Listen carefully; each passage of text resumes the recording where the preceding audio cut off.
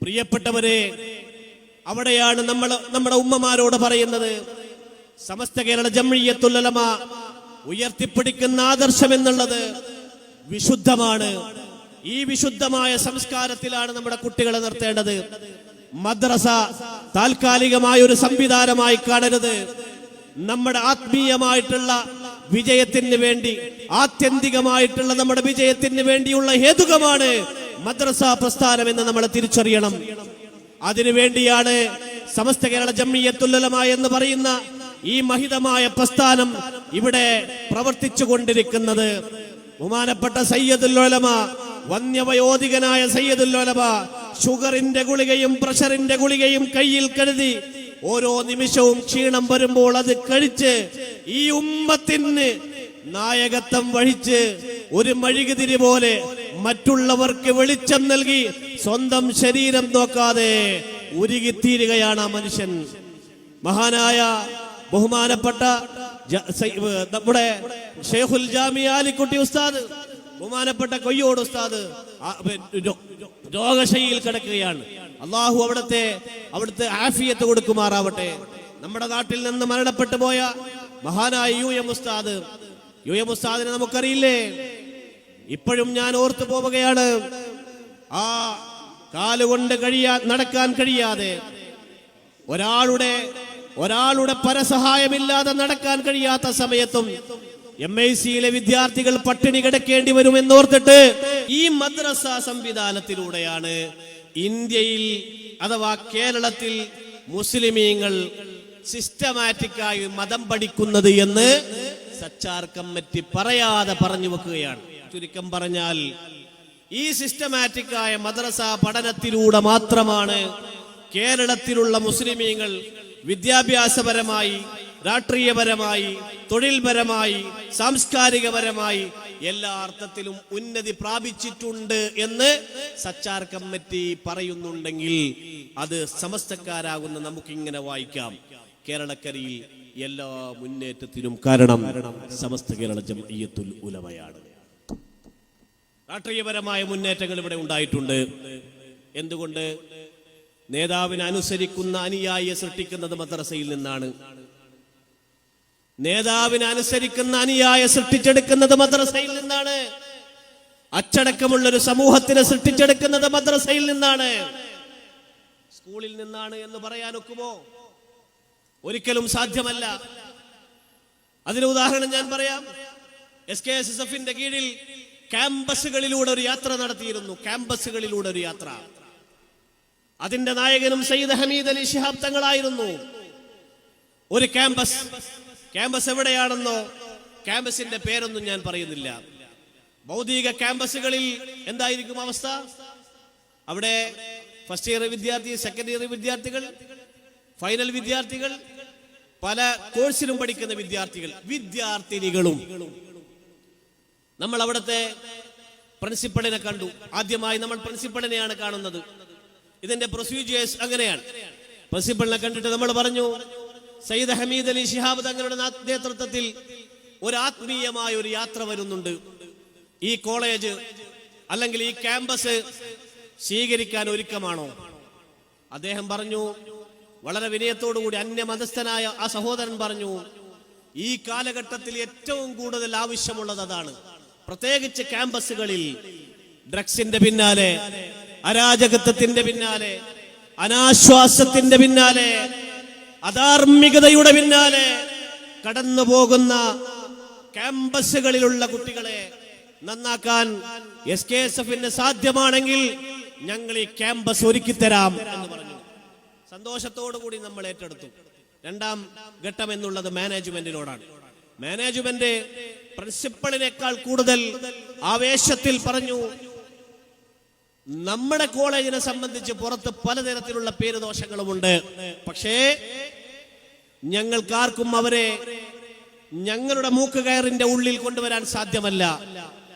പാണക്കാട് സയ്യിദ് ഹമീദ് അലി ശിഹാബ് തങ്ങൾക്കോ ആ തങ്ങൾ നയിക്കുന്ന SKSF-നോ സാധ്യമാണെങ്കിൽ എന്ത് ചെലവ് വന്നാലും ഈ ക്യാമ്പസ് പൂർണ്ണമായി നിങ്ങൾക്കതിനുള്ള സംവിധാനം ഒരുക്കി തരാം. ഞങ്ങൾ സന്തുഷ്ടരായി. പിന്നെ മൂന്നാമത്തെ പടി എന്നുള്ളത് അവിടുത്തെ യൂണിയൻ ലീഡർമാരെ കാണലാണ്. അത് വളരെ സാഹസികമായ ഒരു കടമ്പയായിരുന്നു.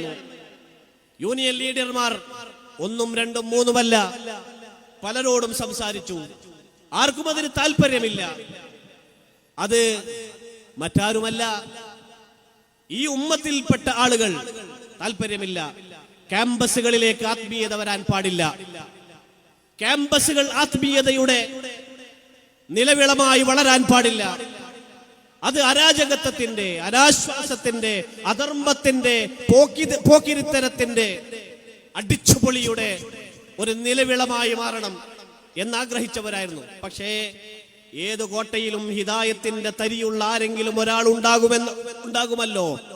ചെറുപ്പക്കാരനെ കണ്ടു, സ്നേഹത്തോടുകൂടി അദ്ദേഹത്തോട് പറഞ്ഞപ്പോൾ എല്ലാ യൂണിയൻ ലീഡർമാരുമായി സംസാരിച്ച് ഞാൻ സെറ്റപ്പ് ചെയ്തു തരാം. സെറ്റപ്പ് ചെയ്തു. സന്തോഷത്തോടുകൂടി നമ്മൾ ഏറ്റെടുത്തു. പ്രിയപ്പെട്ട മുഅ്മിനീങ്ങൾ, ഇതൊന്ന് കേൾക്കണം. മദ്രസയിൽ നിന്നാണ് നേതാവിനെ അനുസരിക്കാൻ പഠിച്ചത് എന്ന് ഞാൻ പറഞ്ഞതിന്റെ, മദ്രസയിൽ നിന്നാണ് ഗുരുവര്യന്മാരെ ബഹുമാനിക്കാൻ പഠിച്ചത് എന്ന് പറയുന്നതിന്റെ ഉദാഹരണമാണ് ഞാൻ പറയുന്നത്.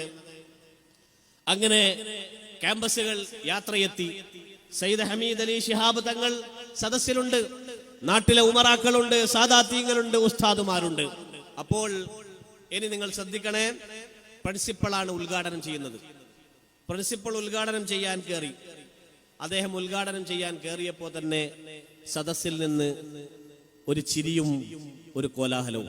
എന്ന് പറഞ്ഞാൽ തന്റെ അധ്യാപകനെ ഇൻസൾട്ട് ചെയ്യുകയാണ്. അങ്ങനെ മനമില്ലാ മനസ്സോടുകൂടി അവരുടെ മുന്നിൽ അദ്ദേഹം പ്രസംഗിച്ച് നിർത്താനാകുമ്പോൾ സ്വാഭാവികമായി ഞാനും ഇപ്പൊ പറയുമല്ലോ, ഞാൻ നിർത്തൂട്ടോ, ഇപ്പൊ ഒരല്പനേരം കഴിഞ്ഞാൽ ഞാൻ നിർത്തുമെന്ന് ഞാൻ പറയുമല്ലോ. അതേപോലെ അദ്ദേഹം പറഞ്ഞു. അപ്പൊ സദസ്സിൽ നിന്ന് കുട്ടികൾ പറഞ്ഞു, നിർത്തണ്ടെന്ന് ഞാൻ നല്ലോണം പറഞ്ഞു. ആരാ ഇവിടെ ഇരിക്കുന്നത്? സയ്യിദ് ഹമീദ് അലി ശിഹാബ് തങ്ങൾ ഇവിടെ ഇരിക്കുന്നു, നാട്ടിലെ ഉമറാക്കൾ ഇവിടെ ഇരിക്കുന്നു, ഉലമാക്കൾ ഇരിക്കുന്നു. തന്റെ അധ്യാപകൻ തുണിയിൽ മൂത്രമൊഴിച്ചതിന് തുല്യമായി പ്രസംഗിച്ചു. അങ്ങനെ നമ്മുടെ പയ്യക്കി അക്കാദമിയുടെ പ്രിൻസിപ്പൽ ബഹുമാന്യനായ മജീദ് ദാരിമി പ്രസംഗിക്കുമ്പോൾ ഒരു കുട്ടി, ഒരു മുട്ടുസൂചി വീഴുന്ന ഒച്ച പോലും നമുക്ക് കേൾക്കാൻ കഴിയില്ല. എന്തുകൊണ്ട്? ഈ ആത്മീയത ഇവിടെ വളരണം. ഉസ്താദുമാരുടെ മുമ്പിൽ കുട്ടികൾ എങ്ങനെയാണ് ഇരിക്കുന്നത്? എന്റെ പ്രിയ ഉമ്മമാരെ, ഭൗതികത തലക്ക് പിടിച്ച് മതം വേണ്ട, 7ാം ക്ലാസ് മദ്രസ അങ്ങോട്ട് നിർത്തിക്കളയാം. എന്നിട്ട് കുട്ടി ഏത് ക്യാമ്പസിലാണോ പോകുന്നത്? കണ്ടില്ലേ നിങ്ങൾ? 14 വയസ്സുള്ള ഒരു പെൺകുട്ടിയെയാണ് 16 വയസ്സുള്ള +2 വിദ്യാർത്ഥി 2 കൈയും പിറകിൽ കെട്ടി ലൈംഗികമായി പീഡിപ്പിച്ച് ആ കുട്ടി അങ്ങോട്ട് കൊന്നുകളഞ്ഞു. ആ കുട്ടിയുടെ ബാഗ് ആ കുട്ടിയുടെ മയ്യത്തിന്റെ തൊട്ടടുത്ത് കാണുമ്പോൾ അറിയാതെ എന്റെ കണ്ണിൽ നിന്ന് പോലും കണ്ണുനീര് വന്നിട്ടുണ്ട്. സ്കൂളിലേക്ക് പറഞ്ഞുവിടുന്ന നമ്മുടെ പ്രിയപ്പെട്ട പൊന്നോമളകൾ, പ്രിയപ്പെട്ടവരെ, അവിടെയാണ് നമ്മുടെ ഉമ്മമാരോട് പറയുന്നത്.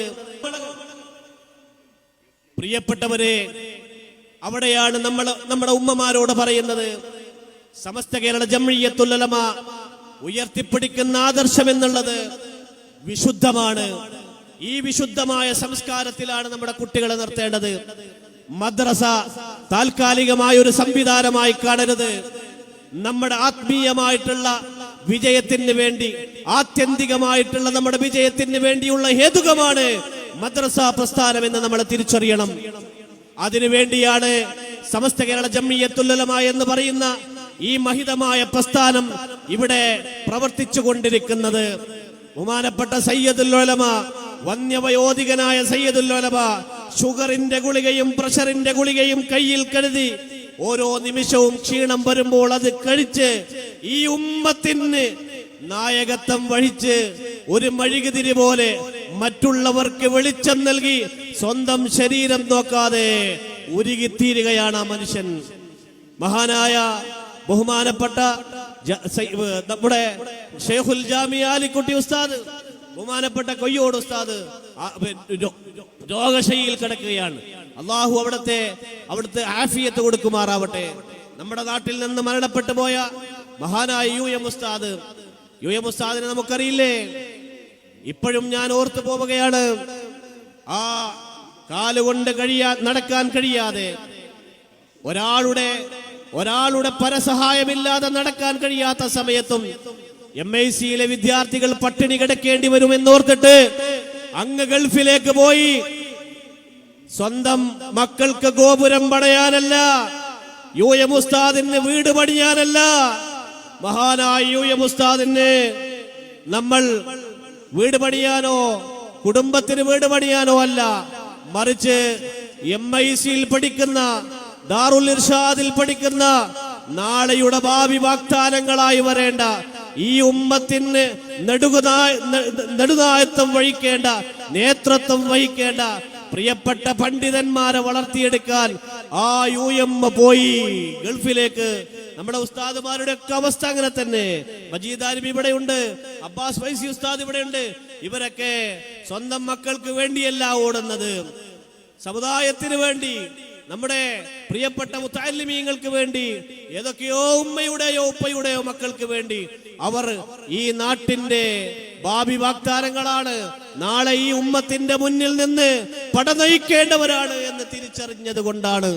എന്റെ പ്രിയപ്പെട്ട ഉമ്മമാരെ, അതുകൊണ്ട് എനിക്ക് നിങ്ങളോട് പറയാനുള്ളത്, സമസ്ത കേരള ജംഇയ്യത്തുൽ ഉലമ എന്ന് പറയുന്നത് സാധാരണ ഒരു സംഘടനയല്ല. അത് അതിന്റെ ലക്ഷ്യം പരമമായതുപോലെ തന്നെ ആ ലക്ഷ്യത്തിലേക്കുള്ള സർവമാർഗങ്ങളും പരമപരിശുദ്ധമാണ്. ഈ ലക്ഷ്യം നേടാൻ വേണ്ടി നമ്മൾ കള്ളത്തരങ്ങളോ മോശത്തരങ്ങളോ ഒന്നും തന്നെ ചെയ്യാറില്ല, പറയാറില്ല. എല്ലാം സംശുദ്ധമായിരിക്കണം. നമ്മുടെ മക്കൾക്ക് കൊടുക്കുന്ന ഭക്ഷണം, മുത്തഅല്ലിമീങ്ങൾക്ക് കൊടുക്കുന്ന ഭക്ഷണം, അത് ഹലാലായ ഭക്ഷണമായിരിക്കണം, ത്വയ്യിബായ ഭക്ഷണമായിരിക്കണം എന്ന് മനസ്സിലാക്കി നമ്മുടെ നേതാക്കന്മാർ കളവിന്റെ ഒരു ലാഞ്ചന പോലും പറയാതെ, ധനികന്മാർ കാശ് തന്നാലും തന്നിട്ടില്ലെങ്കിലും അവരെ പ്രേരിപ്പിക്കാൻ നുണ പറയാതെ ഹലാലായി മാത്രം അവർക്ക് നിർദ്ദേശങ്ങൾ കൊടുക്കുകയും ആ സമ്പാദ്യങ്ങൾ കൊണ്ടുവന്നുകൊണ്ട് നമ്മുടെ പ്രിയപ്പെട്ട മക്കൾക്ക് കൊടുക്കുകയും അവരെ ഈ സമൂഹത്തിന്റെ നാളേക്കുള്ള വാഗ്ദാനങ്ങളാക്കി വളർത്തിയെടുക്കുകയും ചെയ്യുക എന്നുള്ളതാണ്. അതാണ് ഞാൻ പറഞ്ഞത് സമസ്ത കേരള ജംഇയ്യത്തുൽ ഉലമ എന്നുള്ളത്. അതിന്റെ ലക്ഷ്യം പരമമായ ലക്ഷ്യമാണ്. അത് എത്ര സംശുദ്ധമാണോ അതുപോലെ സംശുദ്ധമാണ് അതിലേക്കുള്ള ലക്ഷ്യവും. സർവശക്തനായ അല്ലാഹു ഈ മഹാപ്രസ്ഥാനത്തിന്റെ കൂടെ നിന്നുകൊണ്ട്, അതിലെ ഒരു ഖാദിമായി നിന്നുകൊണ്ട് ജീവിക്കാൻ അല്ലാഹു നമുക്ക് തൗഫീഖ് നൽകുമാറാവട്ടെ. ആ മഹാപ്രസ്ഥാനത്തിന്റെ 100ാം വാർഷിക ഐതിഹാസിക സമ്മേളനം നടക്കാൻ പോവുകയാണ് ഇൻഷാ അല്ലാഹ്.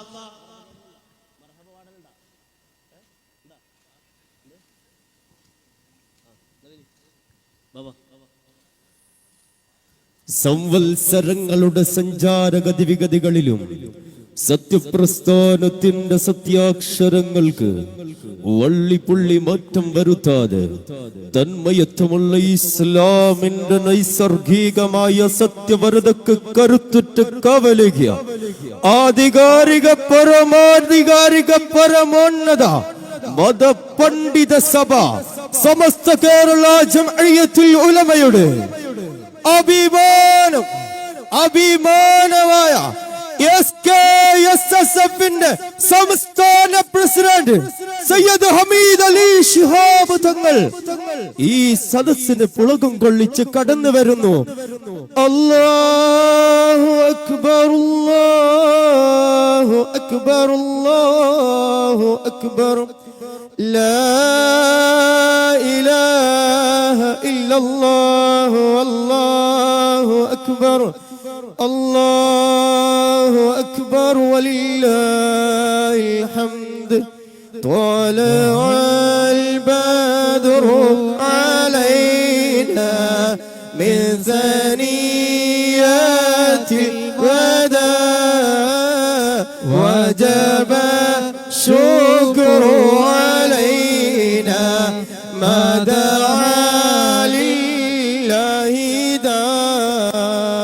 ഇഖ്ലാസിന്റെ തീജ്വാലയിൽ ഭക്തിയുടെ ഇട്ടികപ്പൊട്ടുകളാൽ പടുത്തുയർത്തിയ സമസ്ത എന്ന അജയ്യ പ്രസ്ഥാനത്തിന്റെ 100ാം വാർഷിക മഹാസമ്മേളനത്തിന്റെ പ്രചരണാർത്ഥം മച്ചമ്പാടി ശാഖ ഐതിഹാസികമായി ഇന്നിന്റെ സായം സന്ധ്യയിൽ ഈ സദസ്സിന് കവചമൊരുക്കിയ 100 പതാകകൾ അന്തരീക്ഷത്തിൽ ഉയർത്തിക്കൊണ്ട് തുടക്കം കുറിച്ച മഹത്തായ പരിപാടിയിൽ ബഹുമാന്യരായ പാണക്കാട് സയ്യിദ് ഹമീദ് അലി ശിഹാബ് തങ്ങൾ വിജയഗാഥ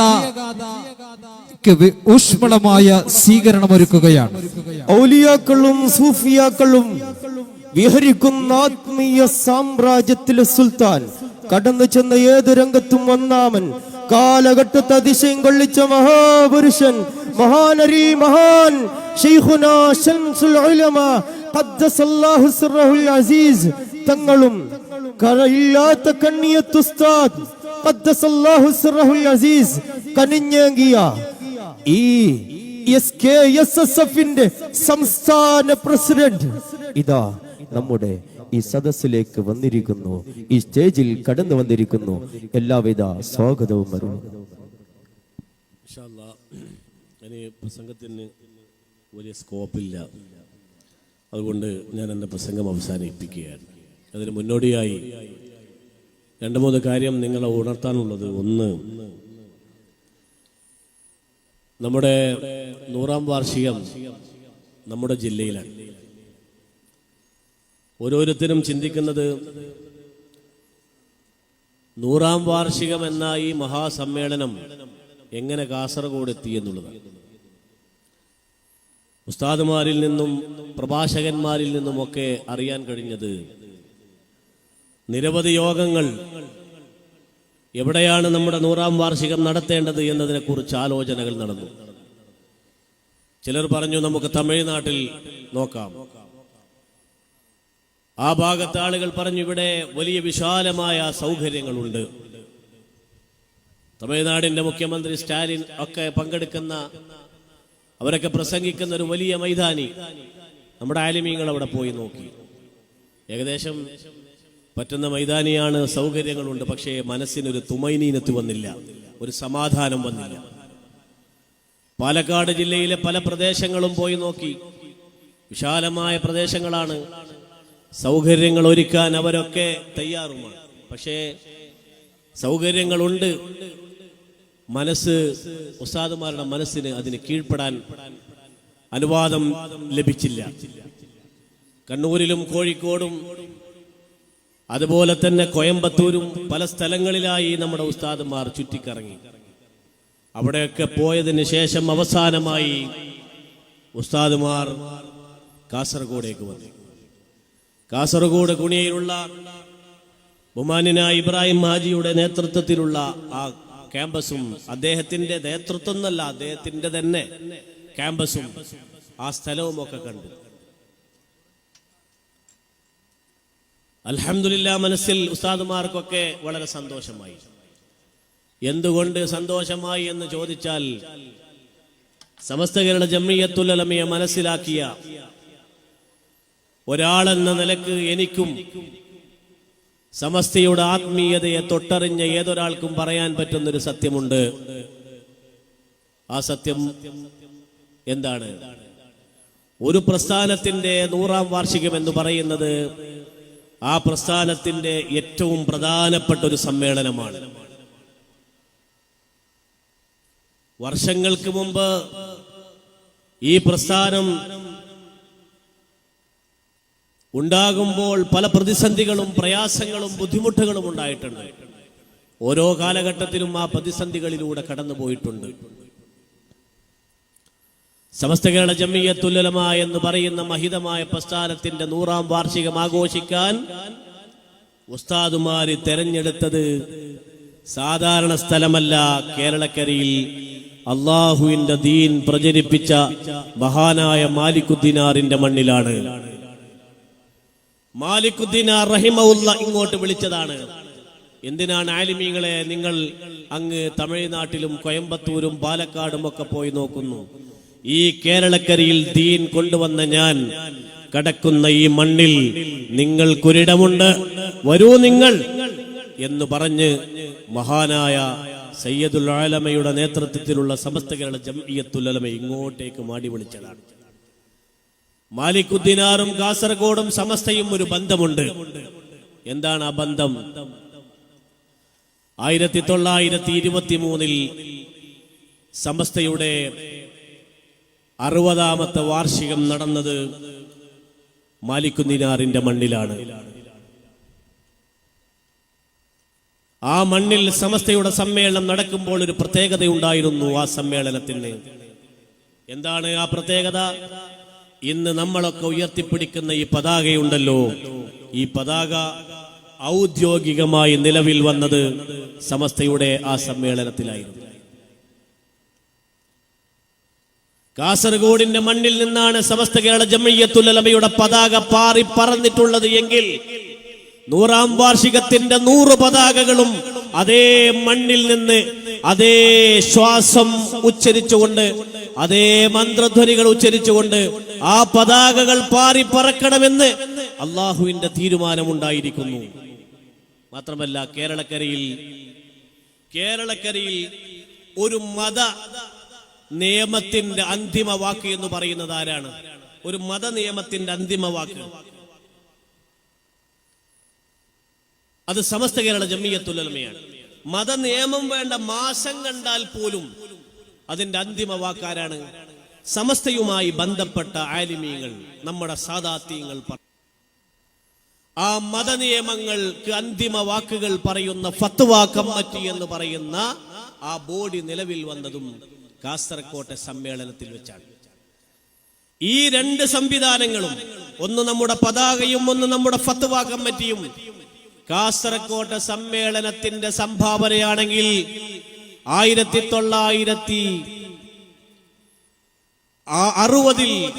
2 മഹാ സംഭാവനകൾ സമസ്തക്ക് സമൂഹത്തിന് കൊടുത്തിട്ടുണ്ടെങ്കിൽ 2026 100ാം വാർഷിക സമ്മേളനത്തിൽ 15 കർമ്മ പദ്ധതികൾ ആ മഹാസംഗമത്തിൽ വെച്ച് പ്രഖ്യാപിക്കപ്പെടുമെന്നുള്ളതാണ്. സാധാരണ നാടല്ല കാസർഗോഡ് എന്ന് പറയുന്നത്. കാസർഗോഡ് എന്ന് പറയുന്നത് മാലിക് ദിനാറിന്റെ മണ്ണാണ്, ഉറൂസുകളുടെ നാടാണ്, ഔലിയാക്കളുടെ നാടാണ്. ഈ മഹാനാട്ടിൽ നിന്നാണ് സമസ്ത കേരള ജംഇയ്യത്തുൽ ഉലമയുടെ പുതിയ പിറവി, അഥവാ 101ാം വർഷം കഴിഞ്ഞ് ഇനിയും 100 വർഷം സഞ്ചരിക്കാനുള്ള ഇന്ധനം നിറക്കാൻ പോകുന്നത് കുണിയുടെ മണ്ണിൽ വെച്ചാണ്, കാസർഗോഡ് വെച്ചാണ്. അതുകൊണ്ട് ആ സമ്മേളനത്തിൽ ഒരാള് പോലും ഒഴിവാകാതെ ആ സമ്മേളനത്തിലേക്ക് എത്തിച്ചേരണം. സമ്മേളനം നടക്കുന്നതിന്റെ മാസങ്ങൾക്ക് മുമ്പ് ഒരു വയസ്സായ ഉസ്താദും അദ്ദേഹത്തിന്റെ മകനും വന്നു. അദ്ദേഹത്തിന്റെ മകൻ ഗൾഫിൽ നിന്ന് വന്ന ഉടനെ ഉപ്പയുടെ ഒരു ആഗ്രഹമാണ് മകനോട്, മകനെ, സമ്മേളനം വരെ ഞാൻ ഉണ്ടായിക്കൊള്ളണമെന്നില്ല, നീ ഇപ്പം നിന്റെ ആദ്യ യാത്ര കുണിയിലേക്കാവണം.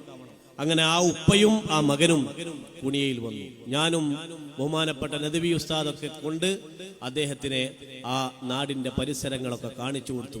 അയാൾക്ക് സംതൃപ്തിയായി. ഇനി ആ സമയത്ത് എനിക്ക് വരാൻ പറ്റിയിട്ടില്ലെങ്കിലും സമ്മേളനത്തിൽ പങ്കെടുത്തിട്ടില്ല എന്ന പരിഭവം എനിക്കില്ലല്ലോ, സംതൃപ്തിയായി എന്ന നിലക്ക് അദ്ദേഹം തിരിച്ചുപോയി. ഇങ്ങനെ ഓരോരാളും ഒരു വലിയ മസാറ് പോലെയാണ് ഇന്ന് കുണിയ. ഓരോ നാട്ടുകാരും ഓരോ മഹല്ലത്തുകാരും അവിടെ വന്നുകൊണ്ടേയിരിക്കുകയാണ്. എന്തിനാണ്? ക്യാമ്പ് സൈറ്റ് കാണാൻ. മിനിഞ്ഞാന്ന് കുറെ ആൾ വന്നിട്ട് ക്യാമ്പിൽ ഒന്നും ആയിട്ടില്ലല്ലോ. അവര് ഇന്ന് വന്നിട്ട് പറഞ്ഞു, ഇതെന്താ ജിന്ന പണിയെടുക്കുന്നു, എത്ര പെട്ടെന്നായത്. സമസ്തയുടേതെല്ലാം അങ്ങനെയാണ്. നിങ്ങൾ നാളെ വന്ന് ക്യാമ്പ് സൈറ്റ് ഒന്ന് നോക്കൂ, മറ്റന്നാൾ അത് മറ്റൊരു രൂപത്തിലും ഭാവത്തിലുമായിരിക്കും. അതതിന്റെ ടെക്നോളജി അങ്ങനെയാണ്. ജർമ്മൻ ടെക്നോളജി ഉപയോഗിച്ചുകൊണ്ട് 33,313 പന്തൽ സൗകര്യങ്ങൾ ഉണ്ടാക്കിയിരിക്കുന്നു. 600ഓളം ടോയ്ലറ്റ് ഇങ്ങനെ നിരത്തി വെച്ചിട്ടുണ്ട്. സമ്മേളനത്തിൽ സഹോദരിമാർക്ക് വരാൻ പറ്റൂല. നമ്മുടെ സിസ്റ്റം അങ്ങനെയല്ലേ. ഇൻഷാ അല്ലാഹ് സഹോദരിമാർക്ക് അവിടെ വരാനും കാണാനും അതിൽ പങ്കെടുക്കാനും ഒക്കെ ഒരവസരം ഉണ്ടാക്കിയിട്ടുണ്ട്. അത് നമ്മുടെ എക്സ്പോയാണ്. നമ്മുടെ 15 നൂറ്റാണ്ടിലെ ഇസ്ലാമിക ചരിത്രം ഹ്രസ്വമായ രൂപത്തിൽ ഇന്നത്തെ IA ടെക്നോളജി ഉപയോഗിച്ചുകൊണ്ട് അതിമനോഹരമായി നമ്മുടെ ടെക്നീഷ്യന്മാർ സംവിധാനിച്ചിരിക്കുന്നു.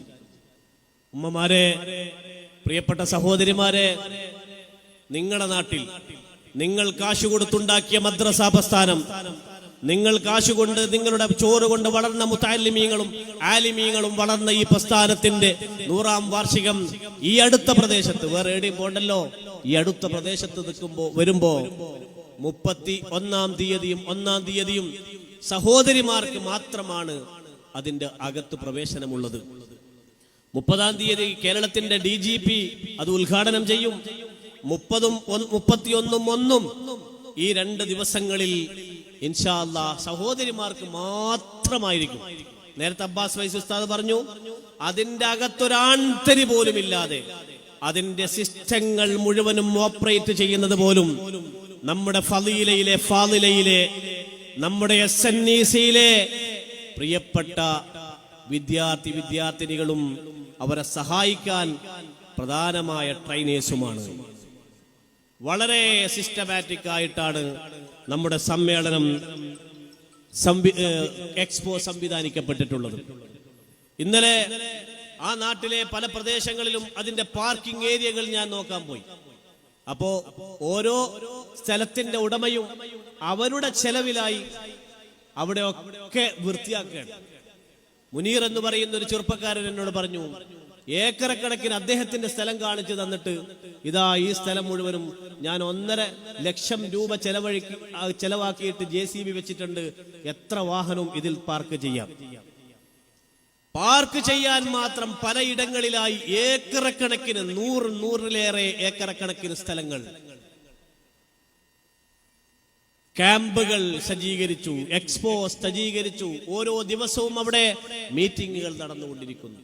ഇൻഷാ അല്ലാഹ് ഈ സമ്മേളന നഗരിയിൽ ഉയർത്തേണ്ട 100 പതാകകൾ ഈ പ്രസ്ഥാനത്തിനെ ഉണ്ടാക്കിയ വരക്കൽ തങ്ങളുടെ മക്കാമിൽ നിന്ന് മഹാനായ വരക്കൽ തങ്ങന്മാരുടെ അനുവാദത്തോടുകൂടി, ശംസുൽ ഉലമയുടെ അനുവാദത്തോടുകൂടി ബഹുമാനപ്പെട്ട മാലിക് ദിനാറിന്റെ മണ്ണിലേക്ക് എത്തും. മാലിക് ദിനാറിന്റെ മണ്ണിലേക്ക് എത്തുന്നത് 3-ാം തീയതിയാണ്, ഫെബ്രുവരി 3-ന്. നിങ്ങൾക്ക് ഓർമ്മ വേണം, ഇതൊന്നും നോക്കാൻ ഇപ്പൊ സമയമില്ല. 3 എത്തുന്നത്. ഈ 3-ാം തീയതിക്ക് ഒരു പ്രത്യേകതയുണ്ട്.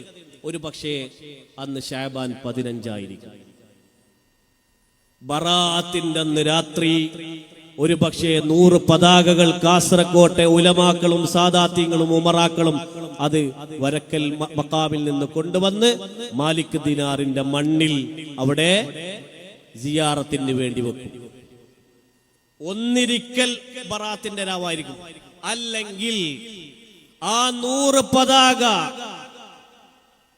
ഇൻഷാ അല്ലാഹ് 4-ാം തീയതി കുണിയയുടെ മണ്ണിൽ ഉയരുമ്പോൾ അന്ന് ബറാഅത്തിന്റെ നോമ്പുകാരായിട്ടായിരിക്കും നമ്മൾ ആ പതാക ഉയർത്തുന്നത്. സമസ്തയുടെ ചരിത്രത്തിലെ ഐതിഹാസികമായ സമ്മേളനം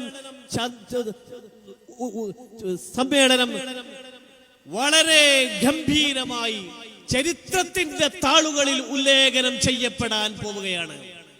നോമ്പുകാരനായിട്ടായിരിക്കും ആ 100 പതാകകൾ അവരെ ഉയർത്തുന്നത്. ഏത് സമ്മേളനത്തിലാണ് അങ്ങനെ ഉണ്ടായത്? ഒന്നിരിക്കൽ അങ്ങനെ, അല്ലെങ്കിൽ നമ്മൾ പതാക വാങ്ങുന്ന ദിവസം നോമ്പുകാരായിരിക്കും. ആ സമ്മേളനത്തിൽ 33,000 ആളുകൾ ഓരോ ദിവസവും ഒരു ജുസ് ഖുർആൻ അവിടെ ഓതണം. അത് ക്യാമ്പ് മാത്രമല്ല, അതൊരു മനുഷ്യന്റെ ജീവിതം ചിട്ടപ്പെടുത്തുന്ന, ക്രമീകരിക്കുന്ന ക്യാമ്പാണ്. ആ ക്യാമ്പിലേക്ക് ജില്ലാ മുഷാവറിയുടെ ഉസ്താദുമാർ രജിസ്ട്രേഷന് കൊടുത്തപ്പോൾ ഉസ്താദുമാരോട് പറഞ്ഞു, ഉസ്താദുമാരെ നിങ്ങൾ ഗുളിക കഴിക്കുന്നവരായിരിക്കും, രാത്രിയിൽ വീട്ടിൽ പോകേണ്ടവരായിരിക്കും, അതുകൊണ്ട് നമുക്ക് ക്യാമ്പിൽ വന്നവർ രാത്രിയും അവിടെ വേണം. അപ്പോൾ ഉസ്താദുമാർ ചോദിച്ചു, രാത്രി എന്തിനാണ്? അപ്പൊ ക്യാമ്പിലുള്ളവർ പറഞ്ഞു, രാത്രി എന്തിനാന്ന് വെച്ചാൽ ഒരുപാട് കാര്യങ്ങൾ, ഉസ്താദുമാർക്ക് അതൊക്കെ പരിചയം ഉണ്ടാകും. ക്യാമ്പിലുള്ളവർക്ക് തഹജ്ജുദിന്റെ നേരത്ത് തഹജ്ജുദിന് വിളിച്ചിട്ട് അവരെ തഹജ്ജുദ് നിസ്കരിപ്പിക്കാനുണ്ട്, വൈകുന്നേരമുണ്ട്, ശേഷം തബാറക ഓതിപ്പിക്കാറുണ്ട്. ഒരു ദിവസം ഒരാൾ ഒരു ജുസ് ഓതിയാൽ 1000 ഖത്മുകൾ ഒരു ദിവസം ദുആ ചെയ്യുന്ന മജ്ലിസായി കുണിയുടെ വേദി മാറാൻ പോവുകയാണ്. ലോകത്തിലെ ഏറ്റവും വലിയ ആത്മീയ വേദി എവിടെയെന്ന് ചോദിച്ചാൽ ഇനി നമുക്ക് ഈ അടുത്തു പറയാനുള്ള ഒരേ ഒരു മറുപടി, അത് സമസ്തയുടെ ഐതിഹാസിക സമ്മേളനം നടക്കുന്ന കുടിയയിലാണ്. അതിനുവേണ്ടി പ്രവർത്തിച്ച നമ്മുടെ പ്രിയപ്പെട്ട ഇബ്രാഹിം ഹാജി, 2 ഇബ്രാഹിം ഹാജിമാരാണ്. ആ 2 ഇബ്രാഹിം ഹാജിമാർക്കും അല്ലാഹു ആഫിയത്തുള്ള ദീർഘായുസ് കൊടുക്കട്ടെ. കുണിയ നാട് മൊത്തം ആണും പെണ്ണും ചെറുതും വലുതും എന്താണ് വേണ്ടത് എന്ന് ഓർത്തിട്ട് അതിനു വേണ്ടിയുള്ള പ്രയത്നത്തിലാണ്. അള്ളാഹു അവർക്കൊക്കെ ആഫിയത്ത് കൊടുക്കട്ടെ. എന്തൊരു ഭാഗ്യം ചെയ്തവരാണ് കുടിയക്കാർ. അള്ളാഹു അവർക്കൊക്കെ അർഹമായ പ്രതിഫലം നൽകുമാറാവട്ടെ. അതുകൊണ്ട് പ്രിയപ്പെട്ട ഉമ്മമാരെ, നിങ്ങളും ആ എക്സ്പോ കാണാൻ വിനയത്തോടുകൂടി ക്ഷണിക്കുന്നു.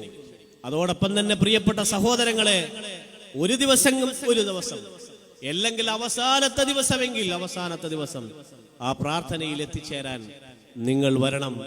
ലക്ഷക്കണക്കിന് ആളുകൾ ഒന്നിച്ച് സുജൂദ് ചെയ്യുന്ന, ഒന്നിച്ച് റബ്ബിനോട് പ്രാർത്ഥിക്കുന്ന മനോഹരമായ ഒരു സംഗമ ഭൂമിയിലേക്ക് ഒരിക്കൽ കൂടി നിങ്ങളെ ക്ഷണിച്ചുകൊണ്ട് ഞാൻ എൻ്റെ വാക്കുകൾ ഉപസംഹരിക്കുന്നു.